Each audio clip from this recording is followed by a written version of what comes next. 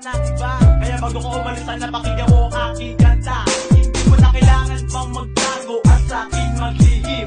Hindi ako tanga, lalong hindi ako manhid para di ko to mapansin. At tititisin ko na lang ba ang luha na sa mata ko ay pumapatak. Sa tuwing maaalala ko walang kanta, di ko na mapigilan na umiyak. Okay, tanggap ko na ayaw mo na at alam kong sawa ka na. Kahit hindi mo man sa'kin namingin, halatang halata sa iyong mata.